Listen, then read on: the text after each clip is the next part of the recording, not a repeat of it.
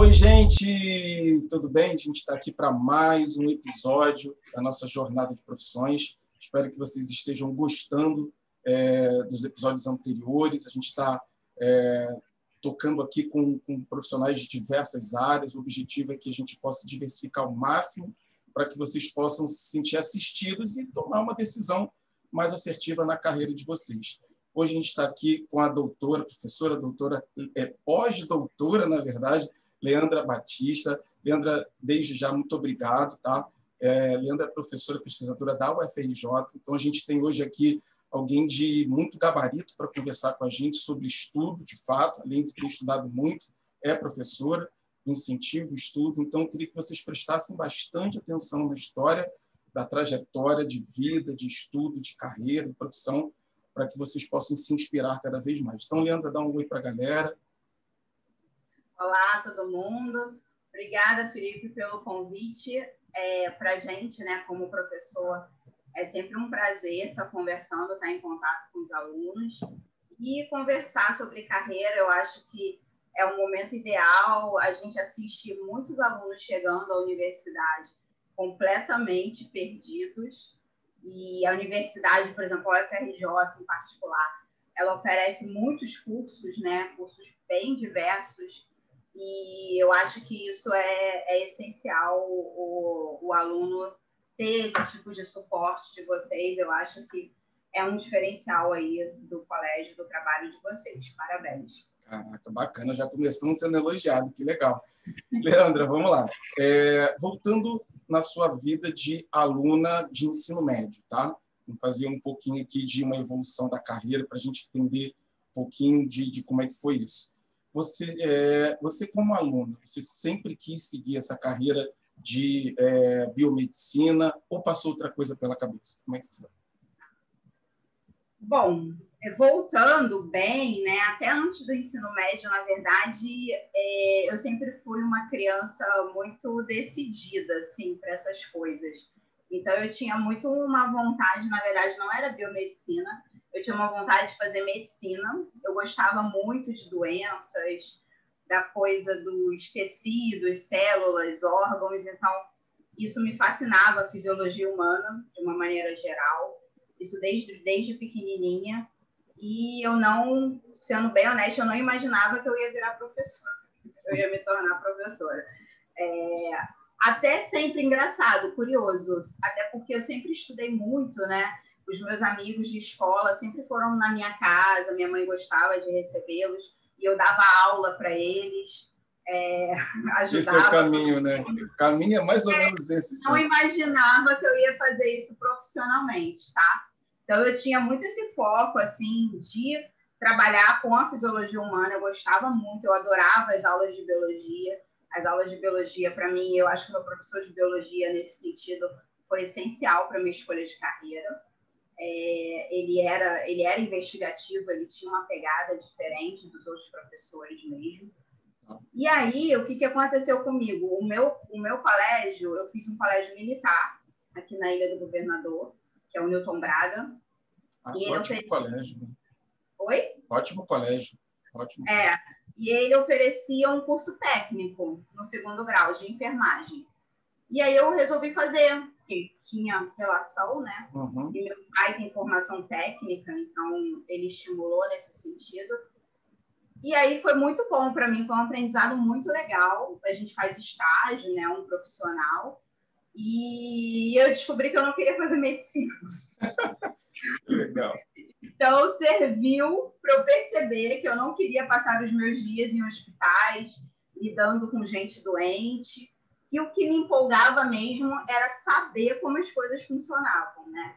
E aí, em paralelo, nesse colégio, no Newton Braga, tinha uns professores, e aí agora eu falo da minha professora de Química, que ela tinha uma relação com a UFRJ, eu não me lembro exatamente qual, mas ela tinha uma relação com a UFRJ, e aí ela trouxe para a gente um curso de férias.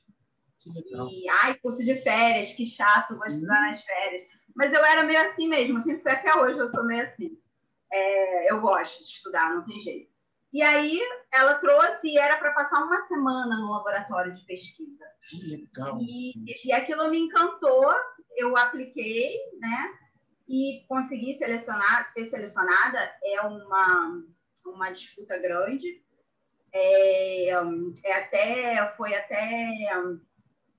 Esse curso, né, foi idealizado e hoje é tocado por outros professores da UFRJ, mas foi idealizado pelo nosso saudoso professor Leopoldo Demez, que sempre foi um professor muito ligado a esse tipo de iniciativa, né, de levar a ciência para as escolas.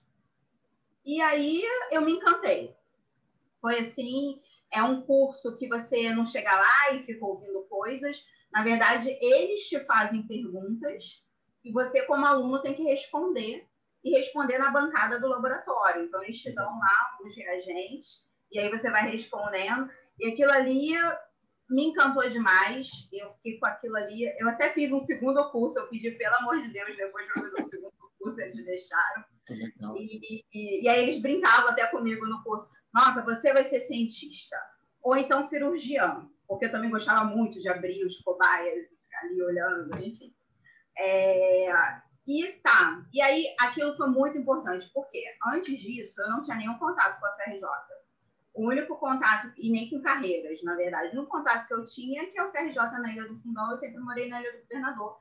E era de graça, gratuito. Então eu lembro do meu pai falando, você e seu irmão vão estudar aqui, porque para ele era gratuito, era excelente, e ele não ia perder a gente para outro estado. Esse era o pensamento do meu pai. Inteligente. Aí ele ficava estimulando isso também, eu fiz o curso, então eu fiquei mais estimulada, e aí que eu comecei a buscar os cursos de graduação, tá? E conversar com as pessoas lá do próprio curso. A maioria tinha formação em biologia, então foi o que eu pensei, então eu vou fazer bacharel em biologia, né, que é diferente de licenciatura, fazer bacharel em biologia, mas a biologia tinha planta e bicho, zoo, eu nunca curti, acho que é por isso que eu tendia muito para medicina, nunca curti. Hoje eu vejo que foi uma decisão meio ingênua, assim, na minha cabeça, mas assim, foi a minha decisão. Eu acho que carreira também tem muito disso, né? Essa coisa do feeling e tal. Sim. Aí eu pensei, não quero passar 4 anos vendo botânica e zoo. E aí eu descobri o curso de biomedicina, que era bem uma biologia, não é bem uma biologia, biologia, na UFRJ ele é ciências biológicas, modalidade médica. Só que ele não tem nem botânica, nem zoo, e ele tem disciplinas muito focadas para a área que eu queria, que era fisiologia humana, biologia celular, molecular. Ele tinha já uma pegada muito forte em pesquisa também, em academia. Então, foi, assim, uma decisão assertiva. E aí eu lembro que as faculdades, as universidades que tinham biomedicina, eu apliquei, que foi a UERJ e a UFRJ. Hoje a gente... E a Unirio. Não, desculpa, a UERJ não tinha na época. Ela tem hoje, eu acho. Então, só tinha a UFRJ e a Unirio. E na UERJ e na UF eu coloquei medicina, né? É claro que a minha mãe ficou... torcendo para ir para o outro lado. Torcendo para a medicina, né? Sim. Toda mãe fica ali, não, minha filha vai ser médica. Meu pai não, meu pai é engraçado. Ele sempre me estimulou muito para essa coisa curiosa, científica. Ele sempre gostou muito também. Então, meu pai não, mas a minha mãe ficou ali. Tanto que eu fiz curso para vestibular, né? O antigo Miguel Couto. E aí eu lembro que a minha colega, eu e minha colega, eu tenho uma amiga, né, até hoje, que a gente se encontrou no pré-vestibular, e ela queria medicina, ela realmente, tanto que hoje ela se tornou médica. Mas eu não, e eu lembro mas a gente passou para a segunda fase da UERJ de medicina na época, e, nossa, minha mãe, uma empolgação. Eu estava até na casa de praia dessa minha amiga, minha mãe me ligou, naquela época acho que não tinha muito celular, acho que ela ligou para o fixo de lá. Sim. Não, minha filha, já matriculei, já combinei tudo com a mãe da Fernanda, já matriculei vocês duas na segunda fase, aqueles intensivos que tinham para vestibular. Segunda fase, o ERJ, que não sei o quê. Ai, meu Deus, não é isso que eu quero. E agora? Mas, assim, eu fui, mas, assim, nem aí. Estudei. E olha como isso faz diferença também, né? Essa coisa apegada, às vezes ansiosa. Eu lembro que na época eu fui até melhor que essa minha amiga na segunda fase. Porque estava mais relaxada, né? Eu estava ok. Eu lembro que eu sofri até um bullying no dia da prova, porque A gente ficou muito tempo na casa de praia dela e eu estava muito queimada de sol. E aí eu entrei na sala e aí a menina da sala até falou assim, aqui é medicina, é a segunda fase da medicina. Ou seja, você não estudou, filha, né? Aí eu falei assim, não, eu sei, olha aqui. Aí eu mostrei minha identidade e tal, aí ela ficou meio sem graça. Enfim, eu recordo dessas coisas. E aí passei, né, para o UFRJ, para a Unirio, e aí a decisão, né, sempre a UFRJ, claro. E eu lembro que na época a minha turma toda de biomedicina praticamente tinha passado para a Unirio também, então reclassificou bastante a Unirio. E me encontrei e mais grande parte da minha turma, inclusive essa minha amiga chegou a fazer biomedicina comigo 1 ano, eles queriam ou medicina ou outra coisa, eles realmente estavam muito perdidos. Então, a minha turma, que deve ter começado com uns 30, de repente 35, já não me lembro muito bem, a gente formou em torno de 20, né? 20 pessoas. Uma perda de quase 50%, né, de pessoas que foram desistindo. Porque né? as pessoas não conheciam o curso, não chegaram lá informadas. E na época, a biomedicina eles até chamavam antigamente de biociências. Então, ele foi um curso idealizado pelos professores de lá, que são pesquisadores. Então, ele tinha muito essa pegada acadêmica. Hoje, ele foi reformulado. E aí, hoje, ele tem também essa faceta de mercado de trabalho. O biomédico, eu sou uma biomédica que não atua essencialmente como biomédica, né? Mas o biomédico, ele tem atuação em laboratórios de análises clínicas, em clínicas de fertilização in vitro, em radiologia. Então, ele tem várias aplicações na área médica, principalmente nessa área laboratorial. Né? Caramba, E hoje o curso é mais direcionado para isso mesmo, para o mercado de trabalho. Então, assim, vocês podem ver que durante a trajetória existem dúvidas e também você vai buscando se adequar ali, ao que te deixa mais feliz, né? Assim, mais uma vez aqui, né?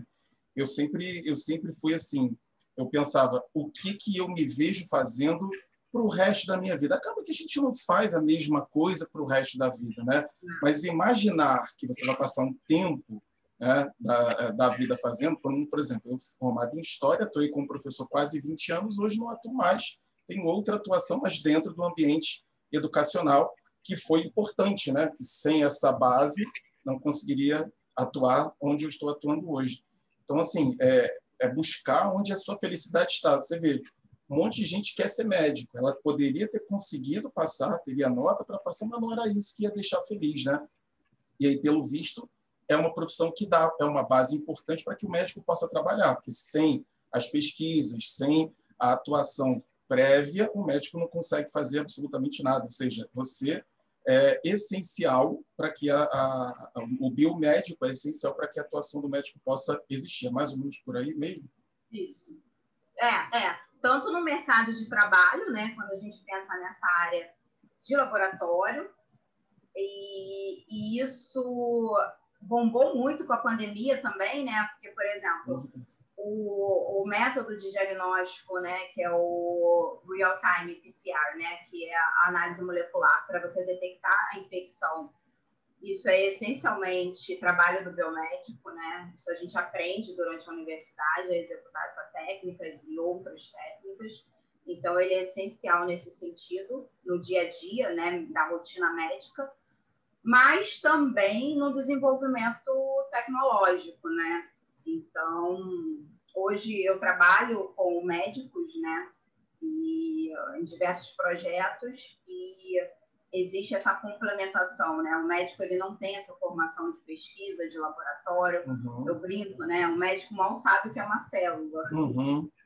E ele sabe a anatomia, a fisiologia, o que ele precisa saber, né? A gente não, a gente vai para um mundo microscópico, né? Que a gente não enxerga olho nu. Então, a gente vai para a célula, para a molécula, para como a célula funciona. E é isso que me encanta, né? No caso, eu que acabei escolhendo também mais essa área. É claro que lá dentro da biomedicina tiveram colegas que seguiram mesmo a área acadêmica, carreiras muito diferentes, né? A parte mais molecular, genética, ou a parte mais de proteína, bioquímica. Então, tem muitas possibilidades. Isso era uma coisa que eu não entendia. Dizer que eu entendia como seria a minha carreira como cientista, que eu tinha que fazer doutorado, eu nem sabia o que era doutorado, sendo muito honesta. Isso eu realmente não sabia. Mas eu sabia que eu queria trabalhar com ciência, né? E aí, dentro da universidade, a universidade vai te mostrando qual é o caminho, vai te mostrando as áreas. E até mesmo depois, para você identificar a sua área de atuação, de pesquisa, vai muito do feeling também, né? A gente tem estágios obrigatórios durante a graduação, nos laboratórios, e pode ser tanto da própria FRJ como fora. Tive colegas que fizeram no INCA, na Fiocruz, né, em outros institutos de pesquisa. Eu decidi fazer na UFRJ, mas eu me lembro que foi no meu último estágio obrigatório da graduação que eu me encontrei, né, assim, em termos de linha de pesquisa. E eu acabei indo para esse laboratório porque o meu antigo orientador, né, de doutorado e de iniciação, a gente chama de iniciação científica, né, esses estágios em laboratório durante a graduação. Ele deu uma disciplina para a gente, né, que é a disciplina de histologia, biologia tecidual, e eu fiquei encantada. Quando ele falou de célula-tronco, como é que era o mecanismo de formação de tecido, eu lembro que também nesse dia eu até visualizo assim, a sala de aula, o slide que ele estava mostrando. Nossa. Eu lembro que eu falei assim, caramba, uma célula vira outra coisa. Como assim? Que na minha cabeça as células estavam lá, né? Formou, né? O embrião, gestação. Células estão lá, ok, estão lá. Mas não, a gente tem células que ainda viram outras coisas. E eu posso mexer nelas no laboratório, manipular isso. Então, isso, sim, me encantou. E aí, acabou a aula, eu fui conversar com ele. Não, eu tenho vaga no projeto tal, que não sei o quê. E aí eu comecei no laboratório dele e fui até o final do meu doutorado, e parte do meu pós-doutorado eu fiz com ele também. Caramba, e na época era bem inovador, né? Hoje, assim, não é que qualquer pessoa saiba o que é célula-tronco, mas já é alguma coisa mais veiculada, né? A gente ouve mais falar, tem reportagens, enfim. Mas na época era bem inovador. Tem 20 anos isso. Sim, sim. Ou seja, você escolheu essa área com isso que você hoje trabalha. Aí eu lembro que na época meu pai gostava muito de conversar sobre carreira comigo, e eu acho que isso faz diferença no final das contas. Meu pai sempre gostou de participar, assim, da nossa vida, né, profissional, sempre deu muitas dicas profissionais. E aí eu lembro que meu pai falava, na época estava o boom do projeto Genoma.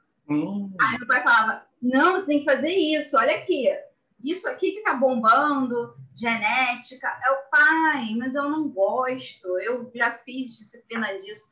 A gente fica o dia inteiro no laboratório, no final tem um gel com uma bandinha, e é só isso que eu vejo, eu não quero, eu gosto de ver a célula, eu gostava de ver a célula.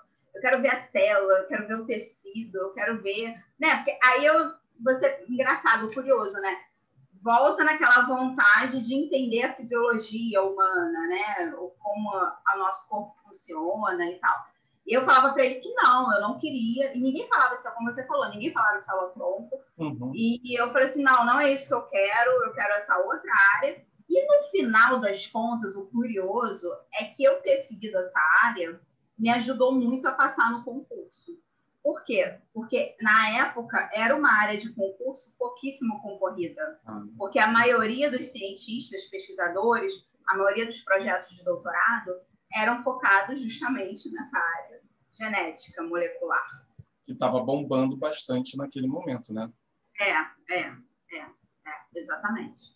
E em que momento dali da sua vida, porque para chegar a fazer o concurso, teve que fazer a universidade, depois o mestrado, depois o doutorado, né? Porque o mínimo que entra é com o doutorado, não é isso? Isso.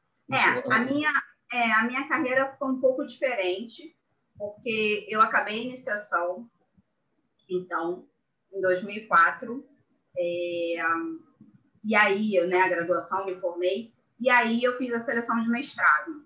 Quando eu fiz a seleção de mestrado, eu fui indicada para o doutorado. Então, isso é uma coisa que poucas pessoas conhecem, mas você não precisa fazer o mestrado. Tá? Ah, que legal. Pode ir direto para o doutorado. É claro que isso varia muito, né, de departamento dentro da universidade, dos programas de pós-graduação, né? Agora a gente não está falando mais da graduação, a gente está falando de programas de pós-graduação. Isso varia um pouco, mas é aceito, né? É aceito pela CAPES, que é o órgão que regulamenta os programas de pós-graduação no Brasil.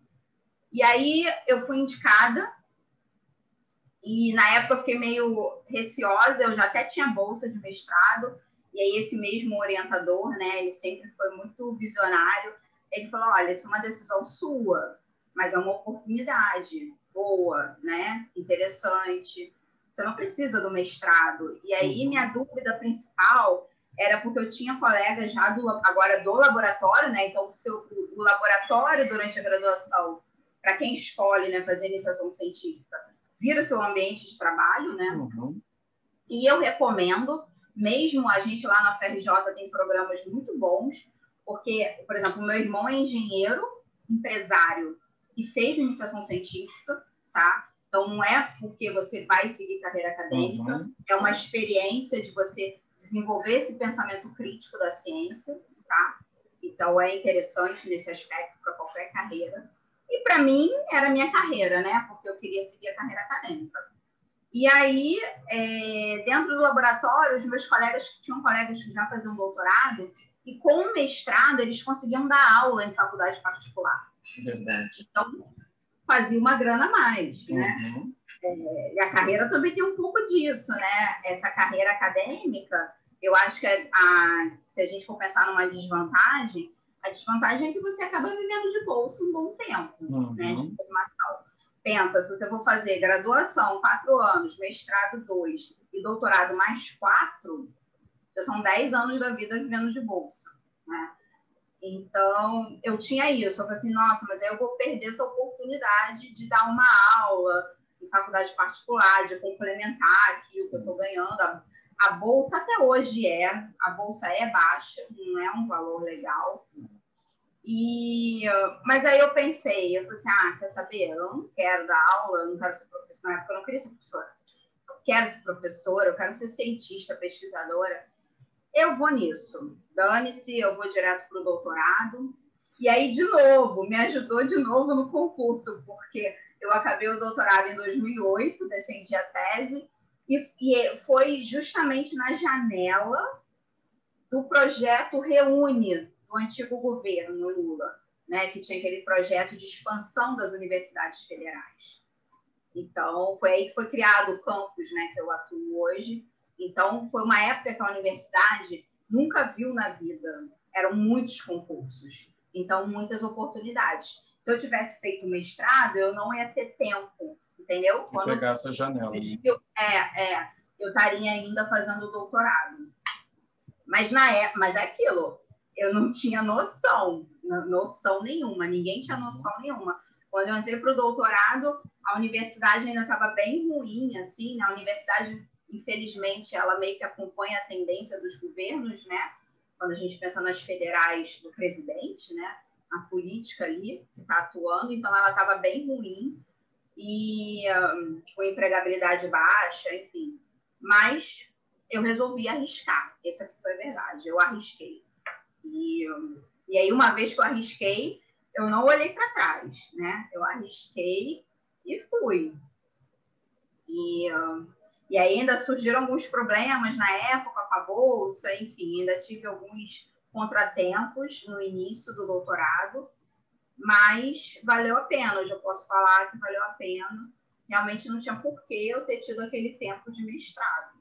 Caramba, que informação importante, né? Assim, eu realmente já tinha ouvido falar, mas nunca tinha conhecido alguém que tivesse feito esse pulo, né? Que é possível, que não é uma coisa necessária, não é uma etapa, né? É que normalmente as pessoas seguem essa etapa, mas não tinha conhecido. Então, já mais uma coisa, você pode pular, mas é uma decisão. Até porque o doutorado é bem mais exigente do que o mestrado, ou não tem isso? E doutorado é para quem quer seguir carreira acadêmica. Então, não tem por que você fazer doutorado se você quer trabalhar em indústria, em empresa, até mesmo em algumas universidades particulares, porque isso te restringe, tá? Então, o doutorado, ele acaba hoje, infelizmente, no Brasil, isso é muito do Brasil, uma realidade do Brasil, ele acaba te restringindo. O mestrado, não. O mestrado amplifica, né, a sua área de atuação. É um a mais no seu currículo, né? Você, até mesmo depois, fazer uma licenciatura, virar um professor de escola, você com mestrado, se for concursado, isso reverte, né, no salário. Uhum. Ou pode... Eu tenho alunos que fizeram mestrado comigo, que depois conseguiram atuar em colégios muito bons, particulares. Então, o mestrado te abre portas. Agora, o doutorado, não. O doutorado é para quem quer seguir carreira acadêmica. Hoje, no final, eu vou até falar um pouco, hoje a gente está mudando um pouco essa mentalidade, tá? Mas é um processo. Então, ainda hoje, o doutorado é para quem realmente quer seguir a carreira acadêmica. Quem Então, sabe, você só tem isso em mente. quem sabe quem está nos ouvindo agora, que, ou daqui a 4 ou 6 anos, né? Dependendo aí, né? Se quiser fazer o doutorado, quem sabe está diferente, mas por enquanto você tenha em mente isso, né? Pelo menos no início aí da sua vida acadêmica. E aí você também teve algumas experiências no exterior com outras universidades para fazer pesquisa. Conta para a gente um pouco onde foi isso, como é que foram essas experiências, o que você viu de diferente em níveis de avanço de pesquisa lá fora, aqui, enfim. Então, quando você segue carreira acadêmica, é meio que compulsório você ter uma experiência internacional, tá? Hoje, aqui no Brasil, a gente até tem acesso a toda a tecnologia que eles têm lá. Nossos laboratórios são muito bem equipados, né, no geral. É claro que sempre tem, né, diferenças entre universidades, entre departamentos, mas, no geral, principalmente esse eixo, Rio e São Paulo, eles são muito bem equipados, então não perdem para nada do que tem lá fora. Antigamente, isso era uma prática muito comum, porque o pesquisador ia para fora para aprender uma técnica nova, para trazer uma técnica nova para o Brasil. Acontece um pouco hoje, mas é menos frequente. Então, isso sempre foi uma prática comum. Você está na carreira acadêmica, você tem que ir para fora. Durante o doutorado, existem programas para isso, né, que é chamado doutorado sanduíche. E aí você passa de 6 meses a 1 ano fora ainda durante o doutorado. Eu lembro que na época eu apliquei, ganhei a bolsa do CNPq, mas eu tive um problema infeliz. Então, problemas acontecem. Eu tive um problema infeliz com o meu visto para os Estados Unidos. Então, era para o National Institutes of Health, né, o NIH, lá nos Estados Unidos, em Baltimore. Mas eles acabaram... Era uma época difícil de conseguir visto, porque era o governo Bush. E aí tem aquela coisa, né, a conjuntura política está sempre atuando também. E quando eles me deram visto já com atraso, me deram um visto errado, uma modalidade de visto que não era de estudante. E aí o CNPq não quis liberar minha bolsa. Não quis implementar a bolsa. Foi bem triste. Eu fiquei bem chateada na época. Fiquei bem chateada. Mas eu lembro do meu orientador também é um pouco psicólogo, né? Hoje eu faço isso com os meus alunos. Eu lembro do meu orientador falando: não fique assim, você ainda é aluna, você tem aí você pode fazer um pós-doutorado, você pode fazer uma outra coisa fora do país. E aí, essa minha vontade de ir para fora também sempre teve muito ligada com essa vontade de aprender, né? Então, eu queria aprender coisas novas, por mais que a gente, na época do sanduíche, eu ia aprender uma técnica até de sequenciamento genético, que era super nova, e aplicar na minha tese, enfim. E acabou que não rolou, não aconteceu. Aí tá, eu continuei a minha tese, defendi, só que eu nunca pensei em ser professora. Então, na verdade, eu queria ser cientista.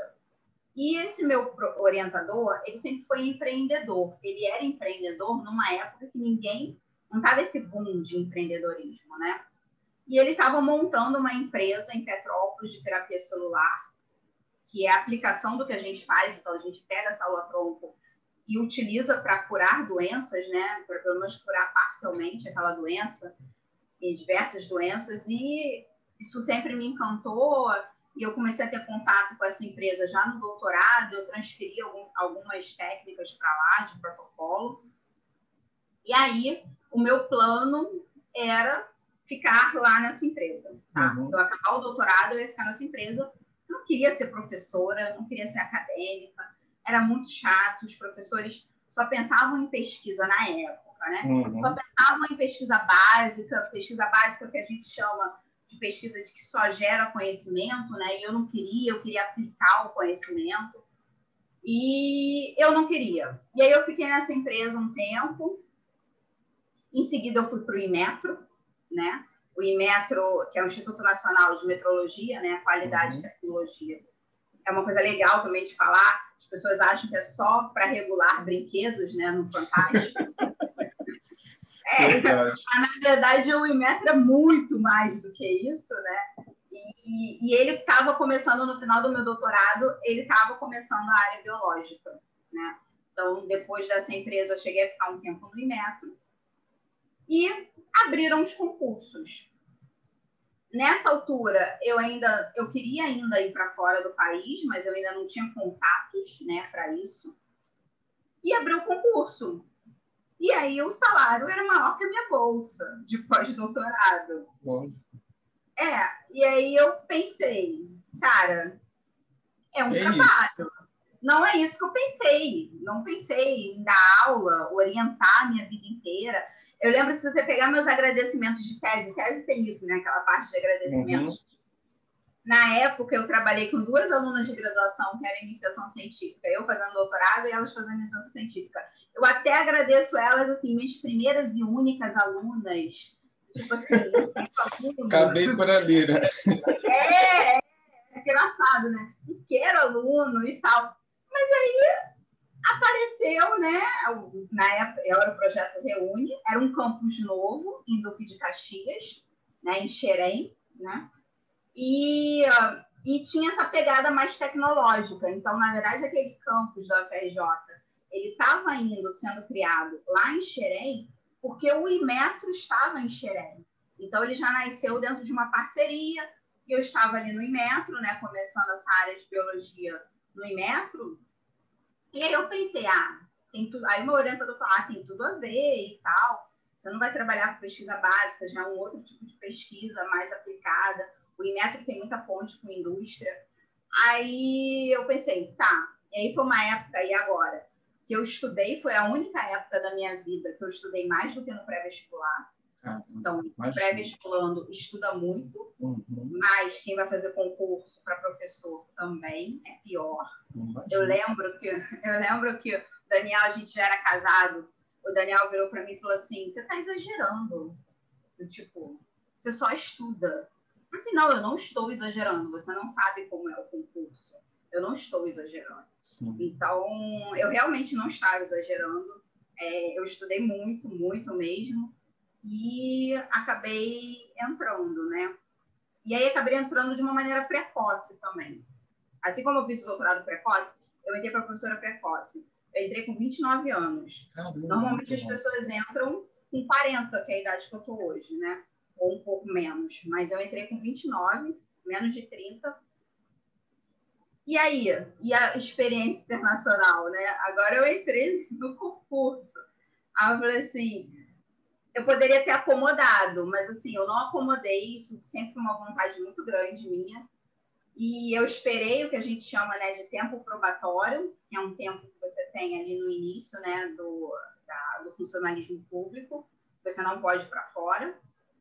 E aí, logo depois do probatório, ao mesmo tempo, o Inmetro começou a ter uma colaboração muito estreita com a Universidade de Lyon, na França. Maneiro. E aí foi aí que eu comecei a ter a interação com eles, com esses pesquisadores de lá.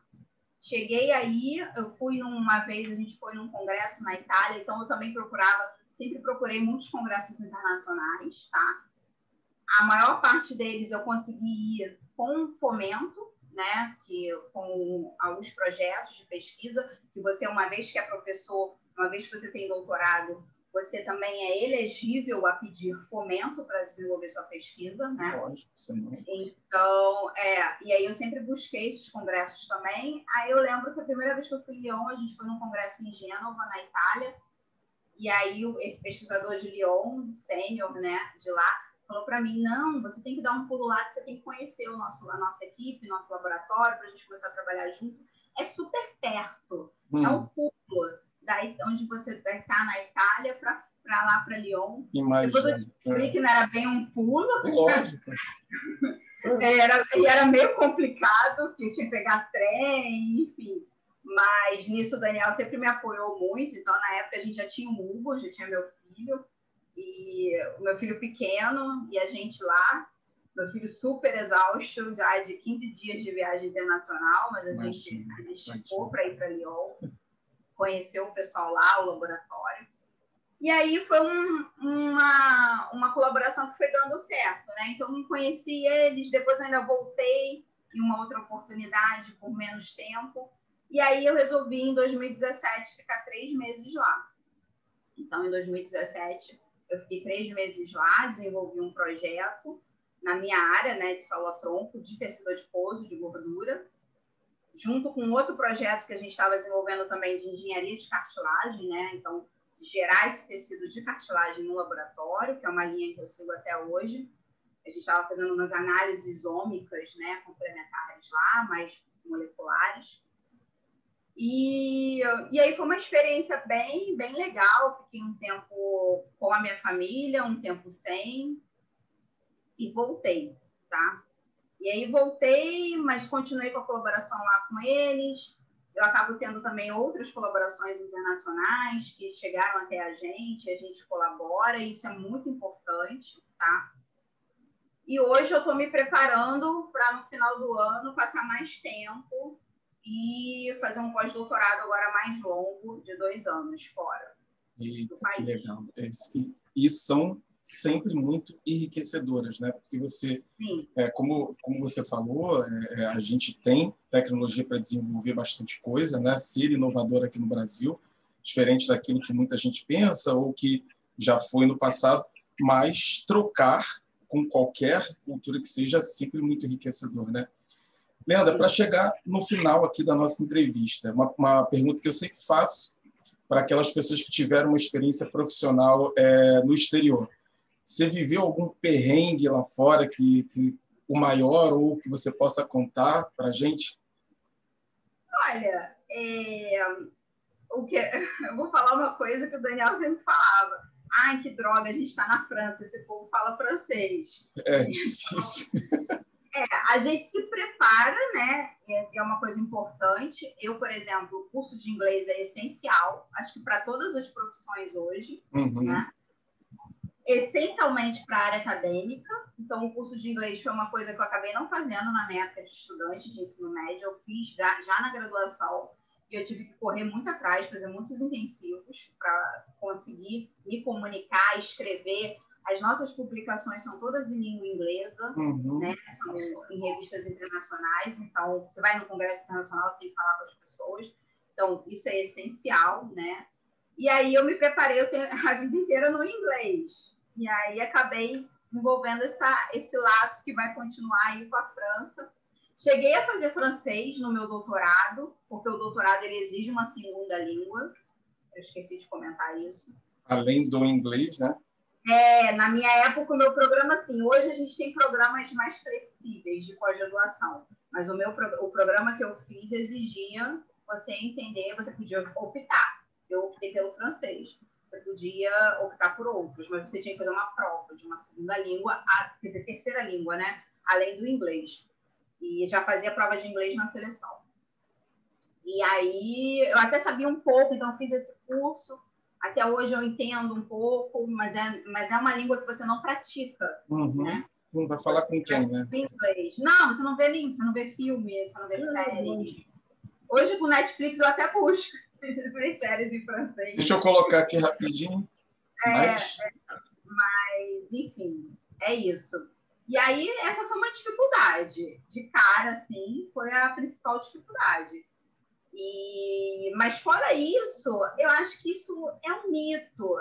eu estimulo muito as pessoas a irem para fora, porque, assim, gente é gente, eles trabalham do mesmo jeito, eles são as mesmas pessoas, eles não são ETs, são da espécie Sapiens, então, assim, não tem muita diferença, sabe? Eu, pelo menos, eu não senti. Não senti, eu tenho vários colegas, amigos, tem uma aluna que acabou de voltar do doutorado de sanduíche na Irlanda, que é uma outra colaboração que eu tenho também. E é isso, a gente é sempre a mesma percepção, que gente é gente e você tem que se atirar, né? Além de ser uma experiência profissional que conta para o seu currículo, eu acho, né, na minha opinião, a pessoal é muito mais enriquecedora. Não tenho dúvida. Muito mais. Até pela própria viagem, conhecer lugares diferentes já é enriquecedor. Imagina com uma questão de colaboração técnico-científica, mais ainda. E, só para complementar o que você falou, eu costumo sempre dizer para as pessoas, né? Quando duas pessoas querem se comunicar, elas vão conseguir se comunicar. Né? Então, assim, existe vontade. E é engraçado, eu acabo tendo muito mais contato com os europeus hoje do que com os americanos. E hoje mesmo eu estava gravando uma palestra com um pesquisador espanhol de uma empresa da minha área, né, startup espanhola, e a gente estava lá falando inglês, né? Ele fala, na verdade, a língua dele é espanhol, a minha é português. Em alguns momentos, até falando para ele lá uma parte do equipamento, eu falei assim, eu não sei como fala isso em inglês. Aí eu falei em português. Aí ele falou assim, é o mesmo em espanhol. Ou seja, até duas línguas que têm uma similaridade muito grande e a gente acaba falando inglês, né? É a língua, na verdade, é o idioma internacional da nossa área de pesquisa, é o inglês. Esse tempo que eu vou passar lá agora e o tempo que eu passei em Lyon em 2017, agora eu estou indo para Paris, assim, você só sente falta do francês quando você está na rua. Porque dentro do laboratório, todo mundo fala com você em inglês. Né? Que legal. Apesar que o inglês dos franceses é bem difícil. Não, eu imagino. É pior que o nosso. Essa nossa síndrome de vira-lata, a gente não é vira-lata, não. A gente é bem melhor preparado para a língua inglesa. A gente tem cursos, né, aqui particulares. Eles lá não têm isso, muito isso. E a gente tem um sotaque melhor para falar, a gente tem uma fluência melhor. Nas minhas viagens eu percebi isso. Qualquer outra pessoa que não fosse ou brasileiro ou americano para entender era bem complicado. Indiano, tem alguns povos com um sotaque bem difícil. Leandra, desculpa. Oriental, já viu oriental falando inglês? Muito difícil, gente, mas muito difícil, muito. Tem várias histórias minhas com orientais que é difícil pra caramba. Para a gente fechar, e já te agradecendo bastante pelo seu tempo, por essa contribuição extremamente rica, que é o mundo acadêmico, um mundo que para muitos dos nossos alunos é ainda indecifrável. Então, a gente até agora entrevistou várias pessoas que estão atuando no mercado de trabalho fora da universidade, do mundo acadêmico. É a primeira das nossas entrevistas, então já queria te agradecer. E o que você diria hoje de conselho para os nossos alunos? Assim, qual seria o conselho que hoje, falando com a galera que está no ensino médio ou está na terceira série, que vai prestar concurso esse ano, o que você falaria para eles, para a gente fechar? Bom, o primeiro conselho é você se inteirar dos cursos, né? Então, acho que o aluno, às vezes, fica muito apegado, porque não conhece. Então, fica muito apegado em direito, engenharia e medicina, né? A gente tem isso, são profissões reconhecidas, né, de séculos, óbvio, então tem o seu reconhecimento, mas hoje a gente tem até mesmo dentro da engenharia, a gente tem uma diversificação muito grande e que contempla diferentes áreas de atuação, né? Os mais otimistas, né, em termos de carreira, até dizem que essas carreiras tradicionais tendem a ser obsoletas, né, nos próximos anos. Então, o mundo precisa de ciência. E eu acho que isso ficou, a pandemia, se tem uma coisa boa da pandemia, né, se é que a gente pode tirar uma coisa boa disso, foi isso. Então, a pandemia jogou na cara de todos a ciência, né? Então, eu lembro que desde o início da pandemia as pessoas vacina, desesperadas para poderem voltar à sua vida normal. Só que eu sempre falei, até comentava muito com o Daniel, que assim, cara, isso não é assim. Até chutei, eu falei assim, na melhor das hipóteses vai demorar pelo menos 1 ano para alguém ter alguma vacina. E não foi diferente, né? Ciência é experimentação, ciência é longo prazo, né? Você tem que ter paciência para fazer ciência. E aí, mas é uma coisa necessária. Então, a gente conseguiu, né? A gente já tem vacinas, a gente tem uma vacina brasileira agora. A USP desenvolveu também uma vacina totalmente no Brasil. Então, foi o que eu te falei. O Brasil, ele não está atrás a nível internacional. A gente tem pesquisadores renomadíssimos aqui, tecnologia. E eu acho que o aluno tem que investigar isso melhor, tá? Então, ele tem que olhar para a graduação dele. A graduação te forma, óbvio, né? Te direciona para uma determinada área, então isso tem que ser olhado com cuidado. Mas, assim, sendo não ortodoxa agora, hoje também a graduação não é o seu final, né? Então, a graduação, ela te mostra o mundo, mas você tem que ir refinando, né? Lapidando, seja com um MBA, um mestrado profissional, um mestrado acadêmico, um doutorado acadêmico. Então, também não é assim, eu fiz graduação naquilo ali, eu vou atuar o tempo inteiro naquilo ali. Eu fiz graduação em biomedicina e eu nunca fui contratada por nenhum laboratório de análises clínicas, né? Eu atuo em áreas completamente diferentes. Hoje, se eu tivesse que fazer, por exemplo, o meu curso de graduação de novo, eu faria em biotecnologia, ciências biológicas, modalidade de biotecnologia, porque é uma área que a indústria emprega, principalmente na área de alimentos, na área de fármacos também, e é um campo que está se abrindo e que tem muitas oportunidades, tá? Então, eu acho que falta isso. E na maioria das vezes, você não vai encontrar isso em casa, né? Tem que pesquisar, e aí daí a nossa jornada de profissão está aí para ajudar vocês também. Isso. Né? E a universidade parou um pouco por causa da pandemia. Acabou que alguns desses cursos estão em formato online, mas outros não tem como. Mas a universidade, ela tenta chegar nesse aluno também. Então, tem que procurar o que a universidade está oferecendo. A gente já teve programas lá no nosso campus, que a gente chamava de xerém de portas abertas. A gente recebia aluno para mostrar lá o laboratório, falar um pouquinho da vida acadêmica, das oportunidades nessa área. Então, cabe ao aluno também procurar, né? Procurar entender o máximo e seguir seu coração. Assim, não tem jeito. A gente vai voltar, assim que tudo voltar ao normal, a gente vai ver junto aí com a Leandra a possibilidade de conhecer o campus e levar os alunos interessados. Enfim, infelizmente, a gente não tem como agora, mas vamos ter, se Deus quiser. Leandra, graças à ciência. Graças à ciência, graças à ciência. Muito, muito obrigado, tá, pelo seu tempo, mais uma vez. Gente, a gente se vê, Leandra não vai embora. Um grande abraço. Tchau, tchau, gente. Obrigada. Tchau, tchau.